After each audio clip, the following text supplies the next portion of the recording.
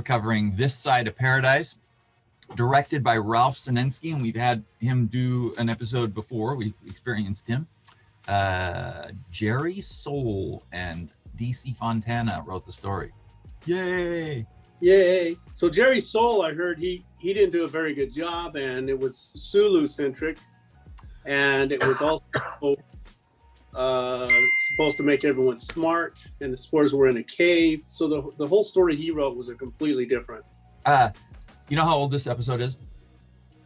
March 2nd, 1967. 1967, March 2nd. 24th aired episode, 25th in the production schedule. Right on.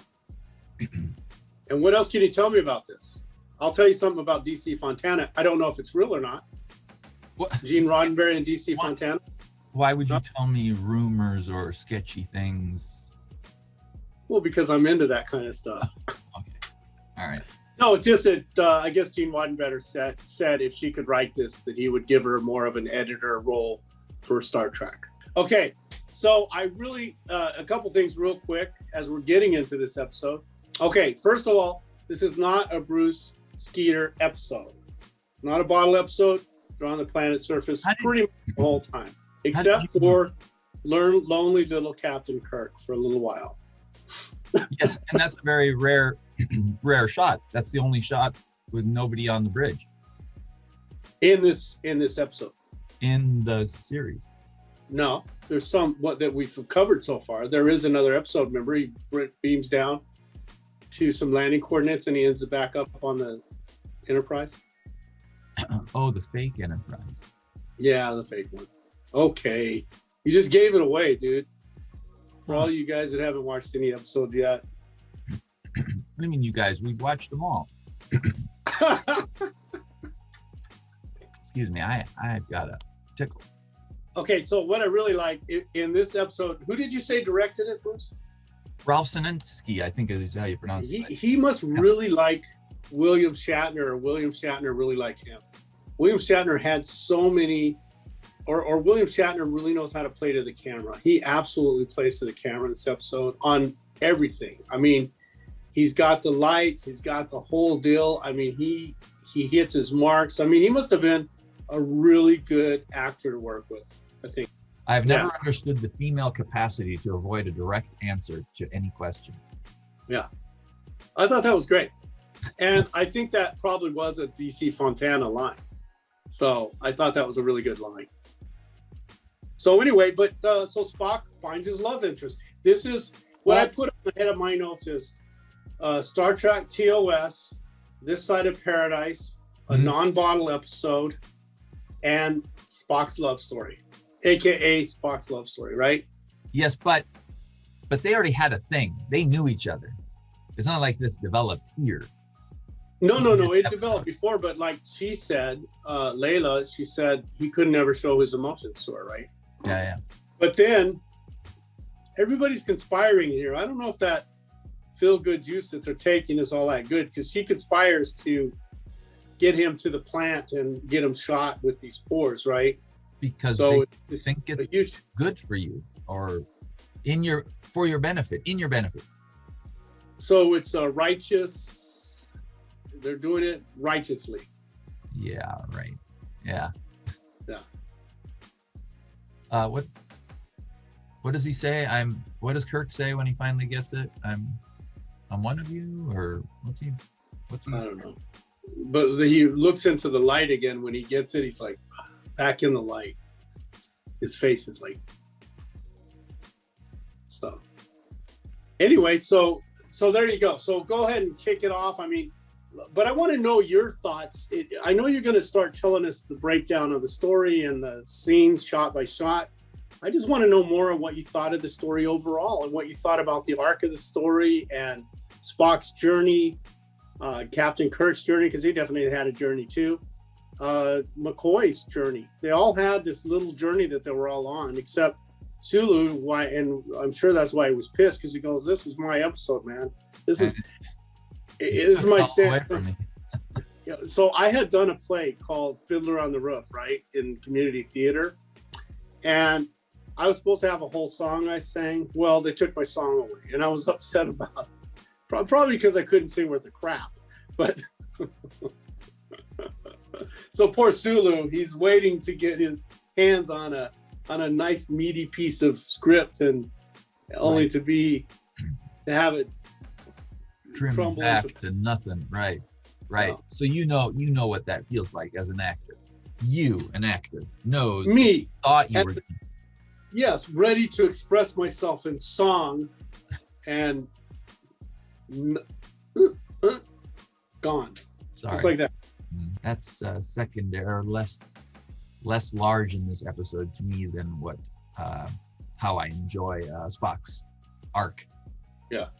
Because Spock definitely had a great arc, and I really liked the love story. So you're saying that you loved that too. What did you think about the love story for Spock? Well, it was tough. It was tough for him. Well, No. What did you think about it as Bruce when you were watching it? Do you remember what it emoted in you, or if it brought up anything for you, or if you just said, Spock, he's having some feelings? No. Like in the transporter room when he was talking to her and she discovered that he was not of the body, didn't have the spores. And, I was thinking, oh, what is this like when you shun someone? He has to remain as his stoic self and say it's done. I really love though that he took that on himself, even though Captain Kirk is kind of questioning his ability to handle that of seeing her and letting her know. I really admired that they let Spock take that and says, I'll be okay, I'll do it. Yeah. I thought it was great. Yeah. Oh, that he took it on when she called and said, come meet me at the He didn't send a text message or send someone pigeon down. This is not the people of today where they break up via text messaging like you suggest and don't take ownership in the an issue. So cool. All right. Yeah, so go ahead. So what did you think between Kirk and Spock's? Well, you mentioned McCoy also. It just seemed like that was so small about, how fast I can put you in a hospital. Oh, I love that one. That was another great line, right? So, Uhura, all communications are out. I just love it. She says, except the ones to ship to surface because we need those. So there's just these really great something about Kirk. Kirk said to McCoy, because Kirk's kind of not liking Spock, and he's going, you said you might like Spock if he mellowed. Mellowed a little bit. Right. I didn't say that. Not exactly. What? Wait.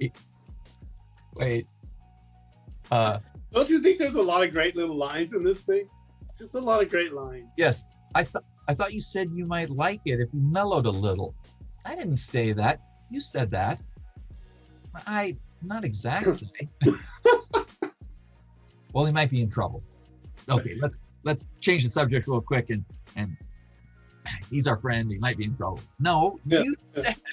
And then he goes back to his old Southern doctor ways, which I thought was an interesting choice for Georgian accent, right?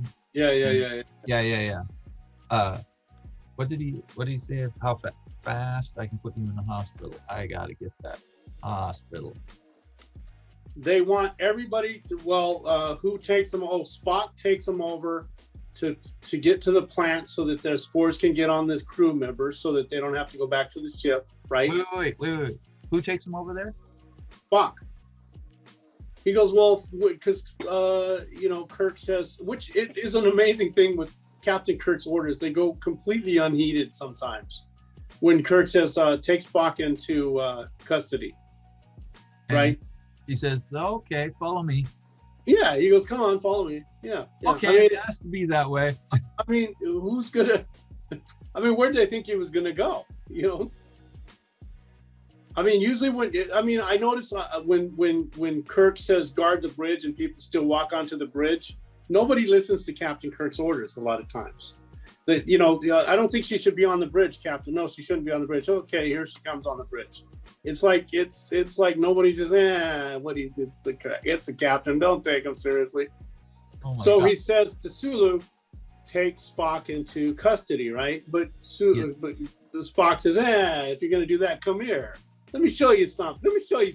Right, but we're gonna have to straighten you out. Yeah. So there you go. And then Sulu. Wow, Sulu jumped into that part real quick, didn't he?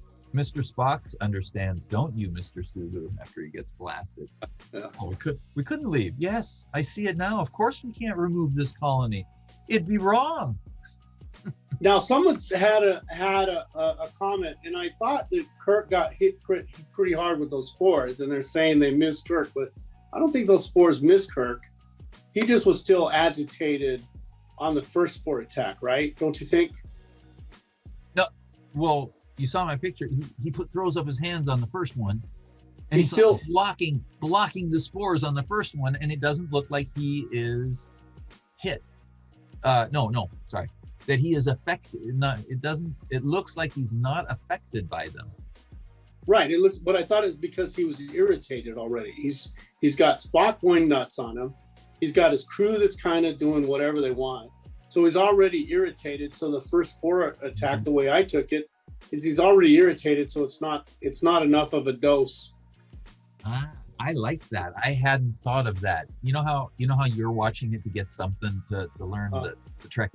That's something that I always assumed that he was just too far away in that little group. I was thinking it was a physical thing. He's standing back another foot or two, and these other three people were closer, and they got hit, and Sulu gets it, and and Kirk is just too far to get hit. But you're suggesting he's the captain.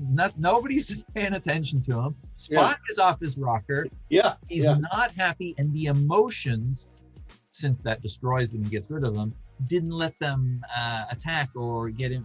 Yeah. I like that. Well, I'm looking at your picture at 22 or 230307, and it looks like he got hit pretty good in that photo. Yes, from the angle, come up there straight at him. What was it? 20. Wait. 230307. 230307. 23. I'm going to minute 23. Oh my gosh! What is this? All the way? Wow. We just jumped. Oh, right. you did say Kirk blocks the spores. Yeah, I think he was just irritated. I still am going to stand by that. That the irritation, that him being mad, the emotion in him, didn't let it attack. Yes, and I am now going to agree with you because I'm looking at the picture, and although he looked to me all these years, he's standing further back. That was my justification. But you pointed out something I should have been seeing. Hey, he's actually halfway in between those two. He's not really that far back. Yeah. But I was buying it. I was saying, those 6 more inches, he's further back. He didn't get hit. No, he's pissed off. Very good. I like it. Doesn't that make sense, though? It seemed to me like he was agitated. He's got Spock. He's telling Sulu to do stuff. Sulu's all happy. He's just like, I just think it would put me over the top. Now, he's probably upset inside, or emotions are going. It's not the way he was when they left the tree. He's hanging up there. They walk forward, and Kirk looks at it, and it's kind of a funny moment. Yeah. Heck, he's up there. But I'm sure while they're walking over there, he's getting his composure. He's becoming captain again, and he's going, "What the heck is going on?" Sulu's not putting. Nobody's listening to me. Something's wrong with Spock, and then. And here I am traipsing around out in this thing and can't even get these stupid. Now I don't know if you already had the discussion saying you're going with us, and the guy's saying not yet. No, we're not. I don't think he had that discussion yet. Did he? Yes. Tell me the line. Well, Kirk is talking to the commander on the planet's surface, and he says, "You got to go. That's my orders." And the guy's going, I don't think so. Yes. Right. My orders are to remove all the colonists, and that's exactly what I intend to do with or without your help. Yeah. And then he Sandoval smartly says, without, I should think. I thought that was good for his character. Yeah. I mean, every time I watch that, I don't expect him to say that. Oh, really? I mean, I should know already that he's going to say that, but it's like, okay, Kirk's going, and he's saying, I'm removing you. And then this guy comes along who doesn't seem like he would be so confrontational. Yeah. And then he goes and gives a little dig and says, without, I should think. Yeah. I mean, he's supposed to be a normal, happy-go-lucky guy. I mean, he's on that planet, but yet here he goes. Now, would you like me to use a butterfly net on him, Jim? No, I think I'll use a captain. We've checked out everything. It all seems normal except for the absence of animals. We have orders to evacuate all colonists to Starbase 27. I want the landing parties to coordinate with the colonists and prepare them to transport the ship. And this is where Kirk starts handing out orders. I kind of like that part. We'll need extra accommodations aboard. Where's Mr. Spock and Mr. DeSalle? Yeah. So the communicator following, the communicator is wide open, right? When the communicator fell down, they had a spring in it to make it fall open so that Kirk could say, oh, I use it as a homing beacon. Yeah. I think Jill Ireland did a good job. What do you think? I think she did a really good job in this. I didn't know she was sick during this. This was 60. She didn't die until 84, right? So this was early. So she didn't have. No. This was like, they thought measles, but it wasn't. So she missed a few days. And the production company lost some time and had to reschedule, and it probably cost money, but they have insurance for that sort of thing. Yeah. Right? Yeah. Main actors, get sick or whatever. Yeah. It's good they didn't replace her. Did they already have some shots in the can with her in it, or not? No. I don't think so. It sounded when I read it sounded like, okay, you're gonna go off and figure out what that is, and we will work around you. Hey, they got Jill Ireland. I think they're hoping that right. They filmed stuff where she is not in there. If it turned awful, they could have then done her scenes and put the new person in place, right? Right. Even if they shot a couple of scenes, if it was minor, right, they'd throw that out and say, all right, we got to redo that one. But I don't think they did anything. She must have called up and said, not feeling good today. Well, I think what she did was she called up and she said, if you guys mess with me, I'm sending Bronson. Yeah. Yeah, but what was his thing? What was his name? It wasn't Magnum Force, right? That was Clint Eastwood. Bronson was the other one. The mechanic. The mechanic. God, I love that. The mechanic. She was married to him at the time, right? When this was shot, or no? Yeah. She was married to him forever. Forever. Oh, now during this time, I don't know if he was, but they worked together on so many movies. The mechanic, Bronson. Yeah. Take on Kirk. All right, so let's go wherever you want to. You drive. Yeah. Yeah, drive. Take over. I just wanted to kind of get that part. I wanted to kind of get your feelings and your thoughts and your Okay, so I learned something right there where you mentioned about the Kirk emotions. That's why I didn't get it the first time. And then later on, he gets it a second time, right on the bridge. He threw that plant. Why is that plant on the bridge anyway? He threw the they were bringing them all over the place. They're just like tribbles, right? They just put them everywhere. It's in front of the console. And then later on, when they're filming and he's sitting down there, it's not in front of the console. It's nowhere to be seen. And then the next thing you know, this thing looks like, because the camera moved, it looks like it's crawling up there. What are you talking about? And then it goes and sprays. Well, it does, right? Because when Sulu's sitting on the little thing, and then the guy's saying, hey, there's no animals in here, and he jumps off, you see that thing's head kind of going towards Sulu. I don't think it moves, but that was foreshadowing. That shot, definitely, right? No, it did move. It moved. What? No way. Yeah. It did. It moved. It did not. It did move. There's no doubt in my mind that moved. Okay, yes. I'm looking. I'm going to look at a couple shots while he's sitting. Look at when he's first sitting on that thing, when he first sits down. I've got a shot facing the camera. I got a shot of there's Jill Ireland. They go there. Okay, Look at 728. 728.06. Yes, it's looking toward the camera. Yep. And then when he jumps off, oh, you missed it. You're missing a couple shots. But when he goes to jump off, it's facing him. It is, Bruce. There's no doubt in my mind. It's facing him. I'll tell you where it is exactly here. Let's see if I can pull it up. Do you mind if I don't mind. Do your thing. Unless I got the enhanced version and they said that planet's got to be turning towards Sulu. That could be it. No. They only didn't they just enhance space shots and space starships and things.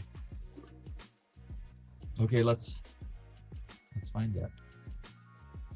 When the guy says, "Hey, there's no animals in here," he jumps off, and at that point, when he jumps off, the plant is not moving, just repositioned for this shot. Come on. Yes, it is.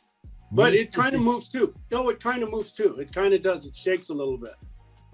I'm not listening to you until I bring it up and take Okay, so right now I'm looking at 7. I'm looking at you. 7-9. There it is. It's moving at 7:19. Look at 7:19. It starts moving toward Sulu. I'm not listening to you until I pull it up. 7:19. It starts turning towards Sulu. He's sitting on that thing and it's turning towards Sulu. I can't believe you didn't see this after watching it a million times. Because it was insignificant next to the power of the Force. No, not part of the story. I can't believe I'm getting so excited about this that I saw something you didn't. Wow, that's amazing. Well, doesn't this happen all the time? 30 years later, I go, oh my God, that's what it is? Well, okay, so now this time I didn't notice it. You noticed that I didn't notice something. Let's check it out. Go to 7:19 and then play it at least on 7:19 on me. Sulu's sitting on that thing and it starts turning. Mount disk images, encrypted, and open the video. Okay, so here he is. He's walking 7:03, 7:04. They're looking around the farm. The things are facing the camera. They're gonna get the camera guy. Sulu's standing there, and he jumps up on a little banister to sit down and rotate right there. And then they cut away from it. It rotates just a little bit before they change the shot to the guy opening the barn. But now we're going to go back to it when he calls him over, and it's fully repositioned itself to shoot Sulu with the spores. Fully functional? Fully repositions its head. Look. So you go from a shot where it's actually facing camera, Sulu's sitting there just for half a second. It turns towards Sulu a little bit. He jumps off because the guy calls him, and it hadn't finished repositioning itself to shoot him with the spores. See that? I'm looking right now at 7:31, and the thing is facing away from the camera, trying to reposition itself to Sulu. It just didn't have enough time to do it. Right. Whatever that is. When it comes to farms, I wouldn't know what looked right or wrong if it were 2 feet from me. Yeah, so people were commenting on that, the 2-foot thing, because it is 2 feet from him. Did you hear that? Okay, go ahead. I'm sorry. No cows. This barn isn't even built for them, just for storage. Come to think of it. We haven't seen. So did he already jump off the banister at that point? Yeah. Not even. Yeah, do you see that the head of the plant is away from the camera?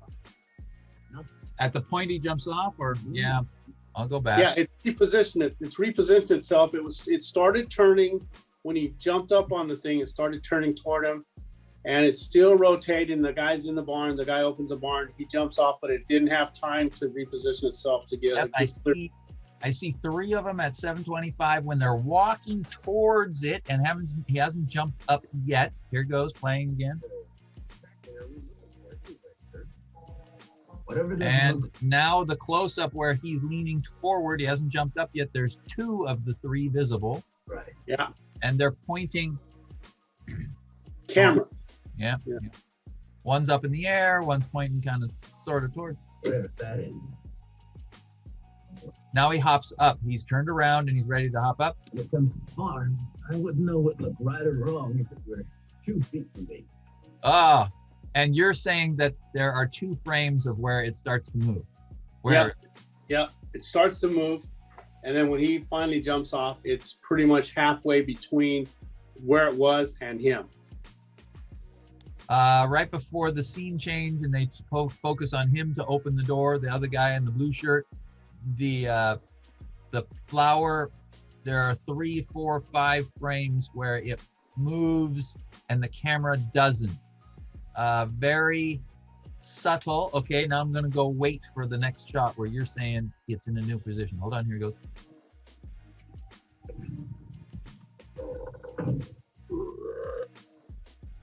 Hey. What is And then he hops off and it is in a different position. It has turned towards the body heat, towards the, go into the light. I can't help myself. See? So it's kind of like it knows what it's want. It knows its goal is to find well, I think Spock says something in there somewhere where it finds people to put the spores in. It just waits for people to come along. So it noticed that there's a host or a possible host and it turned. Holy cow. I discounted that. I never paid attention to that second when he hops off and it's pointing a different direction. That it moved, that it was almost ready to blast him. Yeah. I just said, oh, they're there. Not that it actually had the ability to move. So did this all start because we were talking about the bridge, on the bridge? Because I don't believe, or all these years, didn't believe that these things should be moving. And why does the bridge shot look like it's crawling up to blast him? And I go, that's just not right. That's the camera moving. That's not it moving. There's no way it's what are the things that eat the hand sock that Sulu has from the beginning. Yeah, the Venus flytrap. Venus flytrap, thank you. Well, look, apparently this is, you have a calculator, and this is, do you have a pen to give me? And this is, what's the name of the Venus flytrap, but don't call it the Star Trek. I think they call it the Muppets.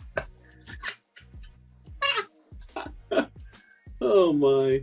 All right, so you said there was a line. Oh, I want to go to the scene then from on the bridge. I want to see that. Yeah, look at him on the bridge. Right, I'm going to do that. I'm zipping forward. He has to be alone on the bridge. There we go. He sits down at 31 minutes-ish. He starts talking. Oh my gosh, yes. 31:43 here for me. Camera pulls back. We're looking over the console he's facing. And poof, and it moves up and I go, no, it doesn't move. That's a bunch of crap. It was just sitting there and it blew up. No, you're saying they have motion to them. Oh, they move. Everybody's going to call me an idiot. So I want to kind of interject something that, you're kind of bringing back to, they're saying COVID, right?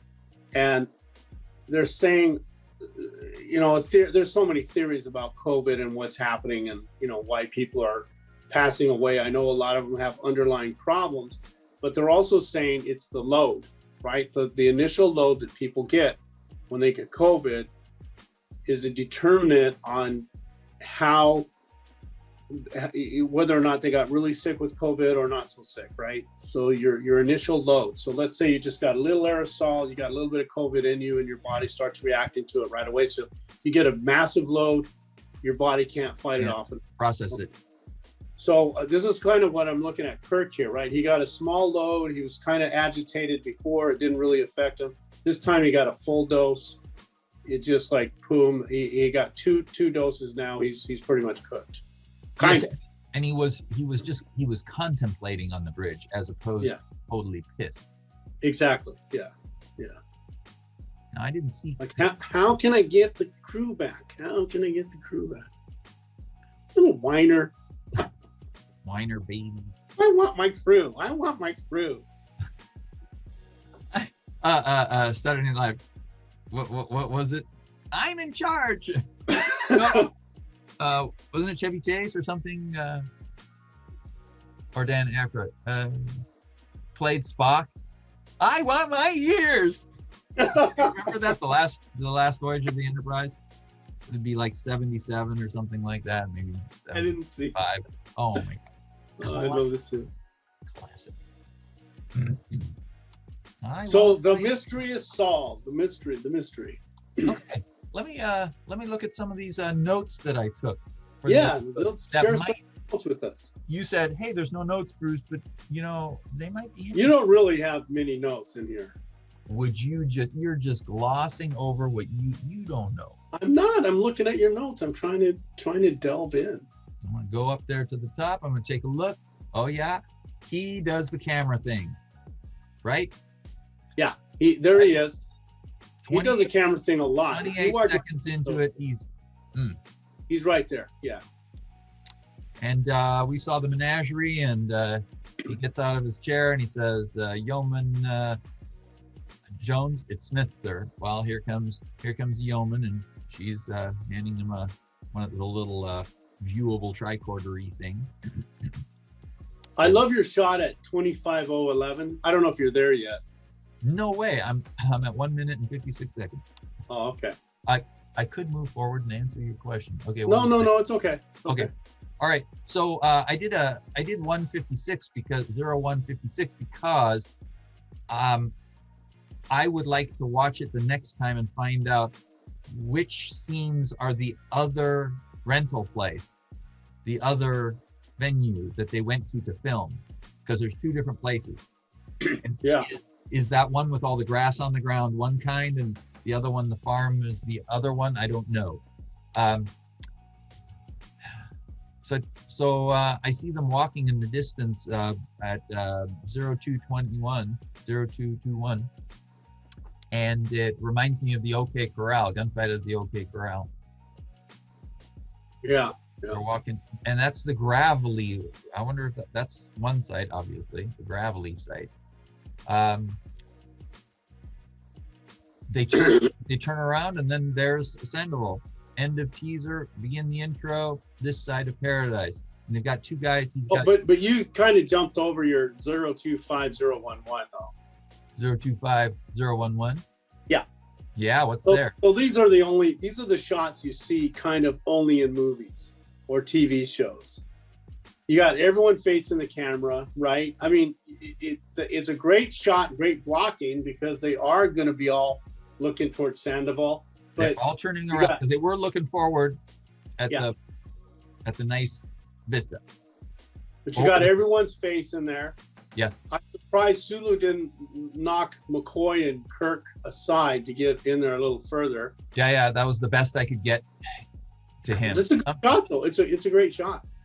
Sometimes they're not paying attention, and I don't, I go, wow, their face is covered up or whatever, right? We've talked about that before. Well, I think that's why William Shatner is one of the greatest actors. I mean, he makes sure that he's right in there. They were saying about another actor that he always stole the scene. There was one that they said he stole the scene and he was annoying to people, and it was in movies, and I'll have to look that up. But there's other ones that say they captured the shot, right? They had such star power that it didn't matter who else was in the shot. Everyone gravitated toward them. So it's 2 different things. But I think William Shatner, look at him. He's kind of there. He's a small statured man. You can tell he's shorter almost than anyone else there. Yeah. And he really does hold that shot, I think. Don't you? Yeah, he's the man. I mean, where does your eyes go when you go there? You got a bigger man, a way bigger man to the left, and you don't really hone in on him. No. You got McCoy, you got Kirk. Right? It's the way they frame the shot. Look at how they framed. They gave Kirk all this extra room to really frame Kirk in that shot. Leonard Nimoy is off to the far right, and then he's given William Shatner about a foot, and then there's about 6 or 8 inches between him and Sulu, and then further on over. Sulu could have pushed in a little bit. And all of those guys are facing towards Kirk, towards Shatner. I think the director of this really liked William Shatner. I think you did. I think you liked really working with William Shatner. He had a camera out and he goes, "Okay, everybody get together, get closer, closer." Exactly, right? You're in a wedding shot. They go, "Okay, can you guys stand, turn a little bit, get closer together." This one, they're not. Can you guys separate a little bit? Let's give William Shatner a shot there. So then you pull forward and start arguing with this guy. I'm not dead yet. I'm not dead yet. Well, can you help me out? He will be soon. Well, I really can't do that. But then the 25014 is also well shot. It's a good shot too. 25014. Yes. He's coming forward with those guys. I like that they put the gardeners, I'll call them, in the other shots when they were arguing when they were talking behind the fence. They were tilling the soil. Things were happening. When they always put people in the background of the Enterprise walking around doing something. Here they threw some guys back there. It just wasn't a two shot. They put people in. They spent the extra money. I really like that puppy too. I think that's a great little dog there. So then we got, I'm just messing with you. Cute as a bug. I'm sorry, I just had to do that. There's no animals here. Oh, there's a little puppy. Take a look at 5:27. 5 minutes and 27 seconds into the.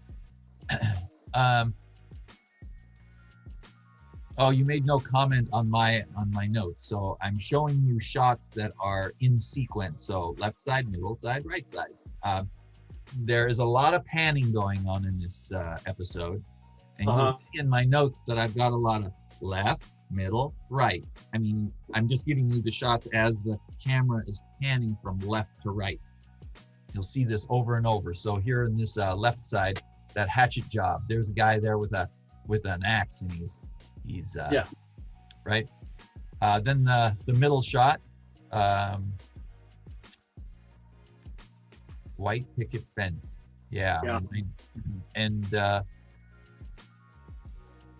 And then the right side. So that was all one sweeping shot. Once again, I honestly, I can't see if these guys have been here for 3 years. Yes, they did a hell of a good job. I mean, they got the houses built, and I'm talking about intricacies. Look at 53-521. You got the, I don't know what you call that curvature little piece that they put. It's holding the strut that's holding up the roof right there. They've got the curved stuff. They have a picket fence rather than just a slat wood fence. Yes. I mean, every they've got top is cut right, and that gusset in there has some curves to it. Yes. Yeah, it's beautifully done. It's. So did these people who were there and had the spores? They know they have to make the place hospitable, so they say, "Hey, let's build some houses. We've got wood." They say, some of them say, "Hey, I'm going to take the extra effort to make this a little bit more than just a house. I'm going to put some curves on here, make it look nice." Well, look at the doors inside the house. They've got the 4 wood panels. They're not just a flat wood door. They're not just honed and put together as wood. I mean, these are they used the transporter and the food processor to create these items. Is that what they did? Okay. Oh, come on. Did they beam down a whole bunch of machinery and stuff and did this all by hand, chipping away? No. So you're thinking that a lot of this is fabricated? I never thought about the part about, well, how did they make the place? Well, I mean, it was the future. So if we look at things like Alibaba, where you can buy a whole house on Alibaba and just have it shipped over to you for real. Yeah. Plumbing it, maybe that's what they did. Maybe they just had it and they just beamed it down to the surface and that was it. This is a manufactured home. Manufactured home. Just add water. Remember in the Devil of the Dark episode that we have seen in the future, where he says, "I just took that silicone material that we build shelters out of, and I troweled it into the wound. Here's a shelter to order." So then you got a really good zoom and close shot of Jill Ireland there. We've got, once again, we're inside and we have a left, a middle, and a right. And look at the window. This is a set, and we are looking, and it looks like it's light outside, that it's daylight outside.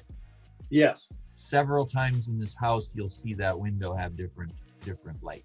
Okay. Every window is covered up so that they don't have to do anything, except for that one window. Okay, and then after the left, middle, right, the sweeping arc from left to right, the panning. We've got what you just said, the close-up, soft focus, of course. And you go, the key light, there you go. And they do a quick zoom. We saw what this from the MTV splicing they did in the preview for this episode, where they went, Jill Island, Spock, Nimoy, Jill Island, Nimoy. So in this part, at 6 minutes and 17 seconds, they zoom forward really quick towards Spock, and he realizes who this is. And then I thought of the episode Mary, where John says to Mary, who's halfway in the door, and Kirk is outside of the door. They go, well, come on in. Don't just stand there, Mary. Remember? So Kirk is leading this lady in. Key light, I thought of you. Because Kirk always gets that. He does. He gets it, yeah.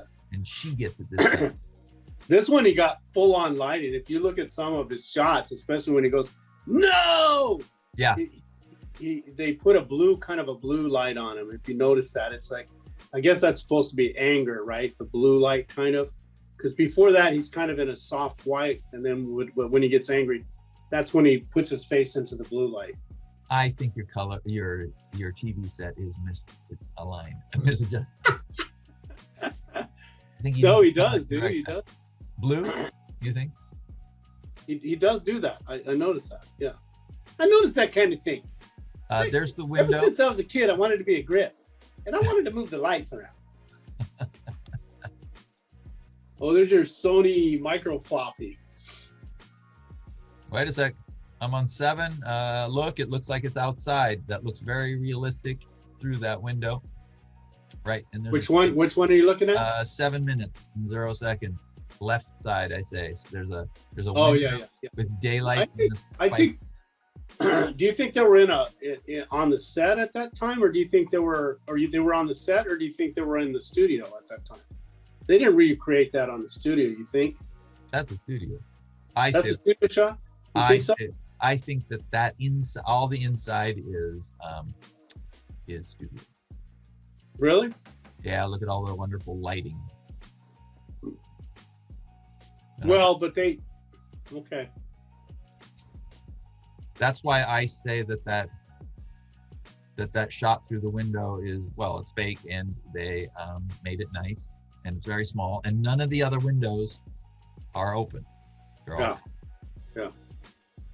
So they really did a lot of outdoor shots to get the fill in, and then they went to the studio. And although the studio pieces are amazing, actually, so they must have been set up for something else. I don't think they built all those studio sets for Star Trek, right? They must have borrowed a set. Oh, you think that the inside shots that I say are inside, that was for, they borrowed it? I thought, well, either they borrowed it from somewhere or they're shooting on location. That's the only thing I can figure. They probably had their big lights out there. They had their camera trucks and stuff for sure, but they could have shined in a big light from outside to give it the daylight effect that we're looking at. And they could have also put the lights inside. I mean, they do that a lot. I was thinking this was all done on location, but you're probably right. I mean, not all of it. I mean, there's some definite studio shots, but I think for most part, I was thinking for the most part, they shot this on location. I'm voting for it's all set. Studio. So we'll find out. We'll have to find out. We're going to go down to California. We're going to look at the original notes and see what they did, the schedule. And okay. All right. We're going to see where they shot what. Okay. I want to point out at 720 and 728, nice shots. They got the camera real low, and then the camera goes up, and looks down on these guys. I love that movement. And this is right before your famous 728, where the foreshadowing with the moving plants, which I never really wanted to subconsciously admit. Okay, fine, they're moving, damn it. Hey. Yeah, they definitely move. There's no doubt about it. And in my notes, you say I didn't write any notes. What are you talking about? Today is brought to you by the letter H. Uh-oh. I'm gonna go look. Where are you looking? 7:45. I'm gonna go look up what he really says. He says, "Hey, there's no animals in here. It's just for storage." Right. I'm gonna go look. What's that guy's name? Sandoval. No. Well, I guess I'm gonna have to just type it in. Horses? No horses. No pigs. Not even a dog. That's Sulu. Come to think of it, we haven't seen any animals. Oh yeah, here he is.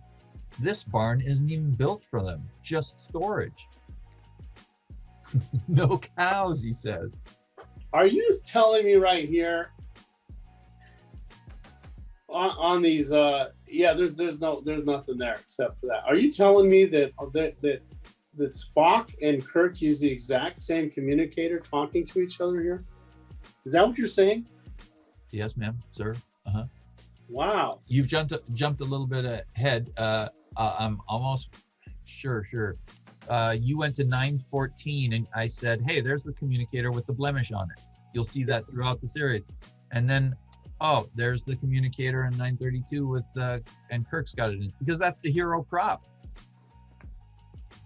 They're gonna have the close-up one and the one they can drop on the floor, separated, and this was a close-up. He's got to use that one. That is visible throughout the series, that communicator with the blemish on top. Wow, the prop person must have took really good care of that.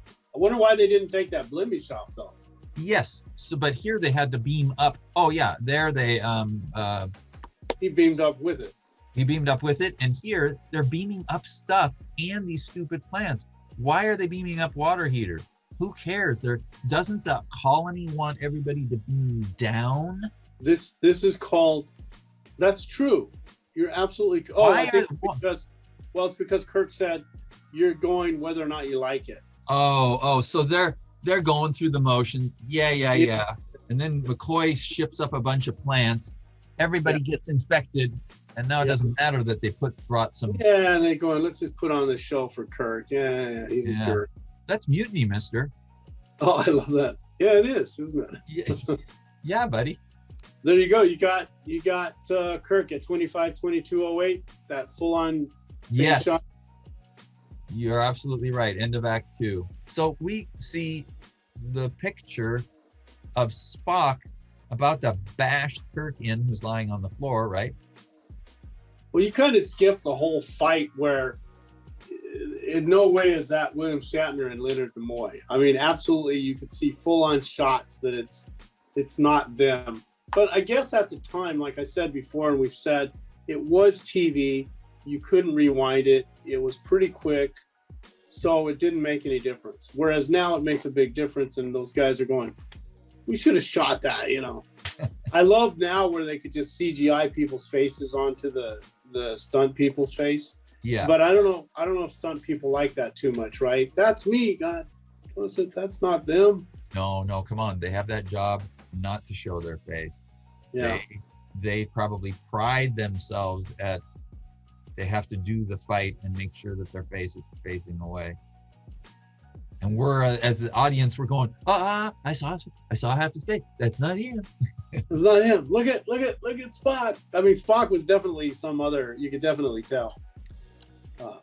So in this fight, did Kirk say half-breed to him? Because I yes, reference to Cher's song. Half-breed. He also said his mother. So this is where some trivia that said this is where we learn about Spock's background. We learn his father was an ambassador.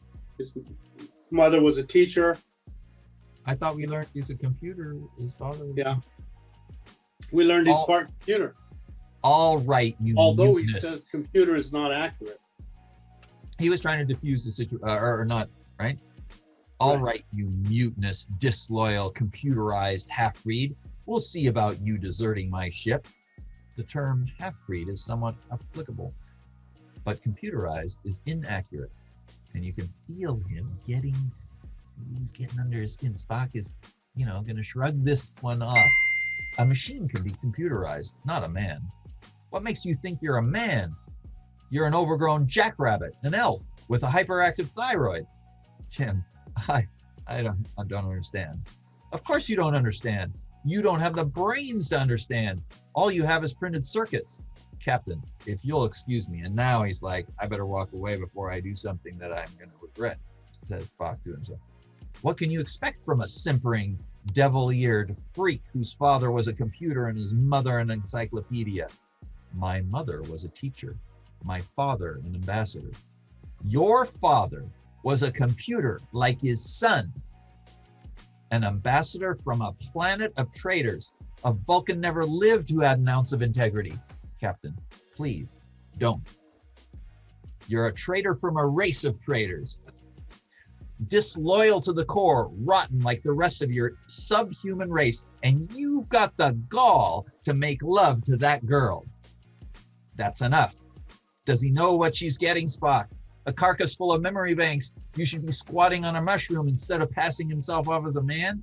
You belong in a circus, Spock, not a starship. Right next to the dog-faced boy. The dog-faced boy. I have a friend that I talk with every morning. We leave each other messages, and we're always quoting crap.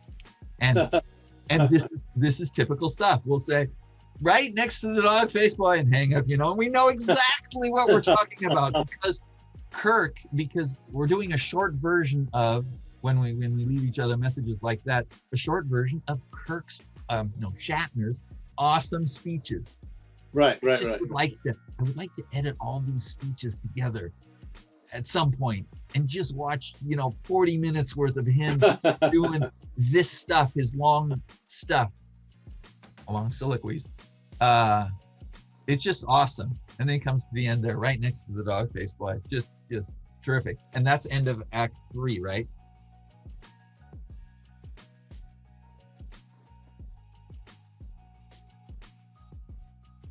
Hey, long time no see. How you feeling? Much better. Thank you for asking. Yeah, I bet. And in the stomach, and in the shoulder, and in the back, and in the legs. The virus. I don't want the shot. I don't want the shot. He said, I'm out of here. Gone. What was that? What happened? Man, I'm dying here. Don't die. Don't die. And do you know how old this episode is? If you died, I'd have to say Starbase 11, the last episode.